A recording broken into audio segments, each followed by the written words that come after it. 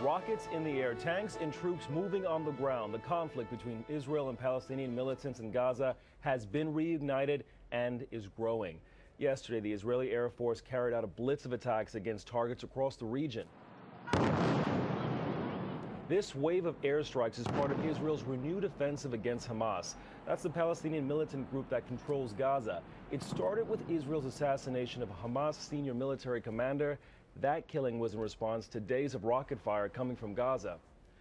Hamas is fighting back. Already 350 rockets have been launched into Israel.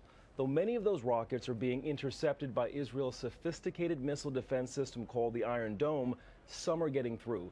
An Israeli family of 3 died when a rocket hit their apartment building. Here you can see the Iron Dome system at work. It engaged while an Israeli reporter was doing a stand-up. Israeli tanks, armored personnel carriers, and troops are gathering on the Gaza border.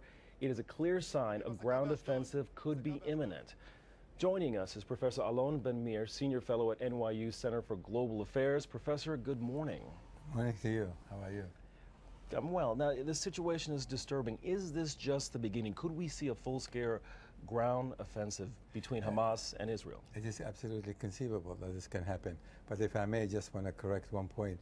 It did not start with Israeli killing of the Hamas commander, the military commander, but in fact it started with the Egyptian attacking an Israeli jeep that was patrolling the border and injured 4 Israeli soldiers. That's how the Israeli retaliated against this particular individual who has been the mastermind behind many, many terrorist activities against Israel. So the situation today is, of course, becoming worse by the moment because from the Hamas perspective, they do not want to allow Israel to have a free hand in continue to attack so many last 24 hours. So the situation is getting certainly worse.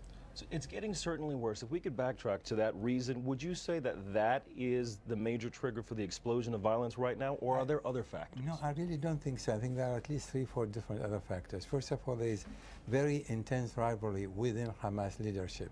Everyone would like to be the so-called Prime Minister. Ismail Haniyeh is fighting for that. That's in one element.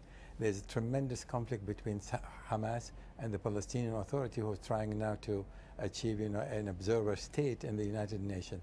That is another element. Then you have in Israel itself, Netanyahu is running for re-election comes January. He cannot afford to appear a weak leader, and especially because he's known to be the guy who is really taking care of Israel's national security. So you have all of these elements in the context also of the Syrian revulsions taking place. And so what you see, Israel also wanted to send a message to all this, to Syria, to Hezbollah, to Hamas, and to other elements, to Iran, that Israel has the means, the capacity, the ability to strike at will whenever it chooses to do so. Now, it's sending that message, and it is very clear, but what about the U.S.? Do we still have the same sort of influence that would be useful at this moment in the Middle East? I think the United States certainly has influence over Israel. But this is one of the reasons President Obama called the President of Egypt, President Morsi, and asked him to make every effort to try to use his influence over Hamas. So Morsi will have quite a bit of influence over Hamas.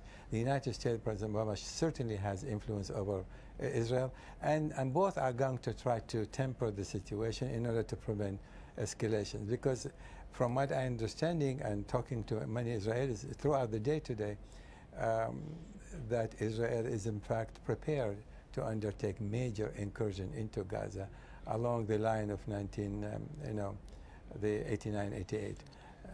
That is a pretty severe threat and a point that many people don't want to get to. In particular, we point to Egypt.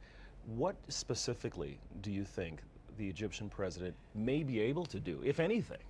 He can exercise influence, as we said earlier, over Hamas. But the Egyptian situation is extremely uncomfortable for him. If he does not come to, let's say there is an Israeli incursion, if he does not come to the Palestinian aid, he is going to be criticized domestically for abandoning the brothers and sisters in Gaza.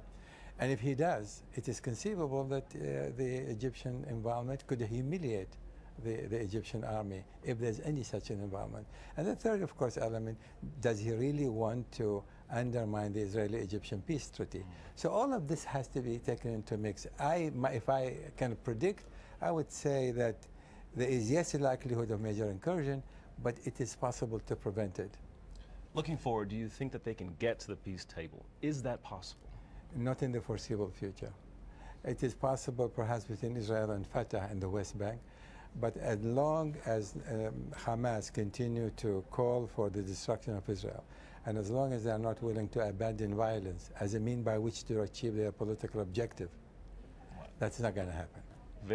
Thank you very much for clarifying that point. Professor Alon Ben-Meir, Senior Fellow at NYU Center for Global Affairs. My pleasure.